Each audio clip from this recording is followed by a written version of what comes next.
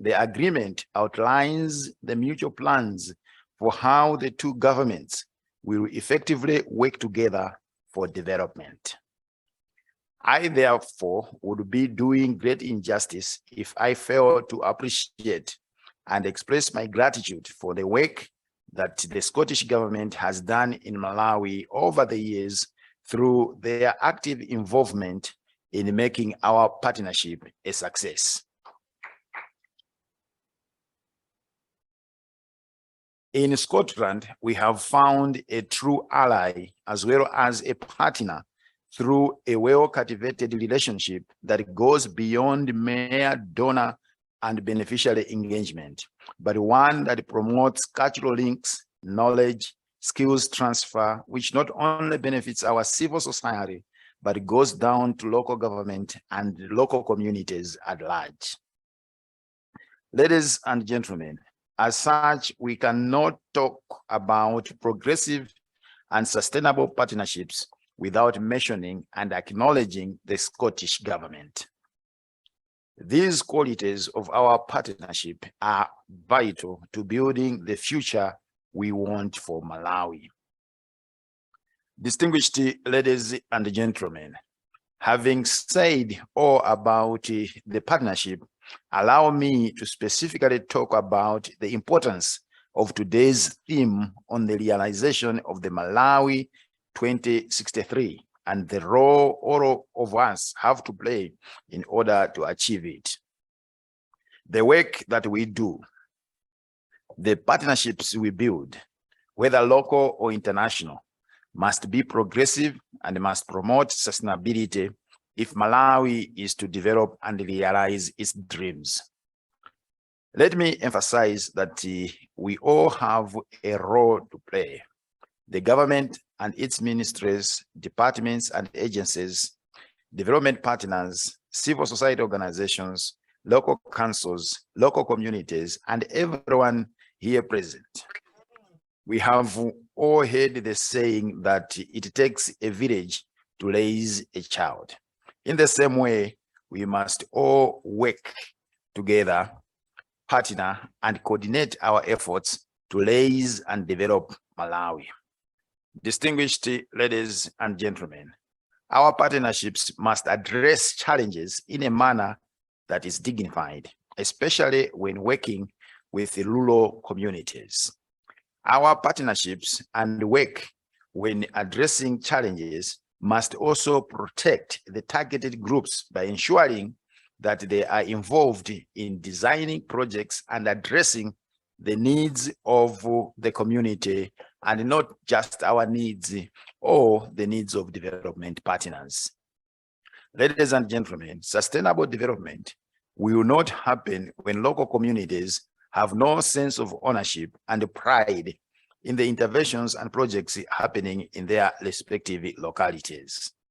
It is important to remember that the target groups, the marginalized, are the #1 partner, and we must therefore regard them as such during the planning and delivery of projects. My ministry is committed to promoting high quality, efficient, and effective local government systems to make Malawi 2063 and all development goals a success. In addition to this, as a ministry, we have the mandate to coordinate, facilitate, and promote the socio-economic development of rural areas by providing policy direction on rural development, programming, and delivery of programs aimed at enhancing livelihoods, welfare, and empowerment of communities. At this point, ladies and gentlemen, allow me to digress a little bit from the prepared remarks. I wanted to emphasize that as a ministry, we are looking for projects that will help us as a country to realize our vision 2063. And there are a number of issues that we are looking at that should be an integral part of the projects that are being implemented. Firstly, we would want all projects that are being implemented to contribute to the creation of the 1 million jobs, because without jobs, we cannot create empowered communities. Secondly, we would want projects that are implemented in a way that lead to sustainable poverty escapes. Yeah, most of the projects that we have implemented most of the times do lead to transitory poverty escapes.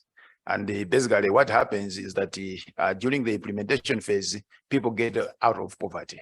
And as soon as the projects end, they go back to poverty.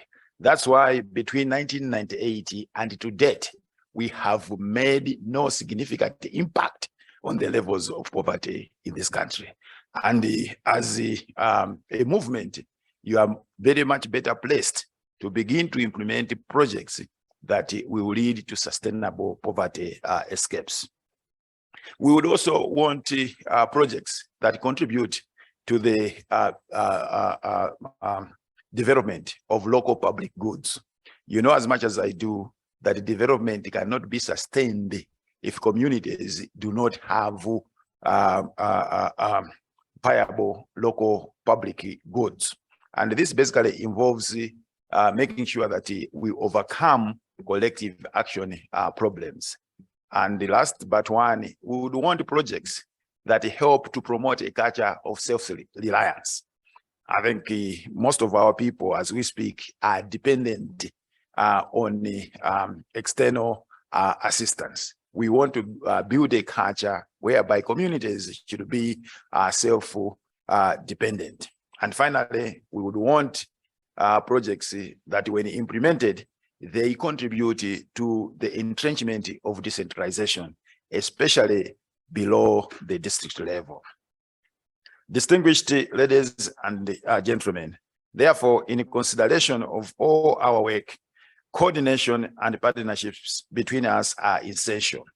The successive, progressive, and sustainable partnerships we have with our international partners must also go down to local structures and communities. This is an opportunity for us to renew and strengthen our partnership for the effective coordination of programs that target communities. Our partnership and constant involvement in interventions and programming will not only improve the way we work, but will also improve the livelihoods and welfare of those most marginalized and affected by poverty. As I conclude, I would like to encourage the Malawi-Scotland Partnership and its members, especially those that target rural communities, to connect, involve, and work with local councils. The local structures are a vital resource when working with the rural communities, and will provide direction on the community's priorities areas, provide research information, and the policy direction on the same. I am also aware of the challenges that are there sometimes in working with the local structures. And I would like to assure you all that we are working to improve on these challenges for better coordination. Once again, let me digress a little bit.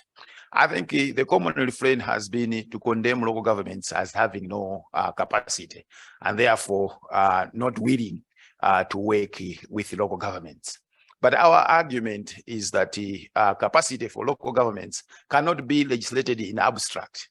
We need to work together in order to create a winning development machine that will actually lead to sustainable transformation of our communities. And I would like to take this opportunity to assure you that our #1 priority as a ministry is to ensure that we professionalize local government service. We want local government service to be the destination of the best and the brightest. So the question is, how are we doing this? We are really promoting a culture of professionalism. And we are doing that by identifying the core competencies that each and every official working for local governments, especially at the leadership level, must demonstrate. And ultimately, what we want is to develop a robust framework for continuous professional development so that people working in the councils keep abreast with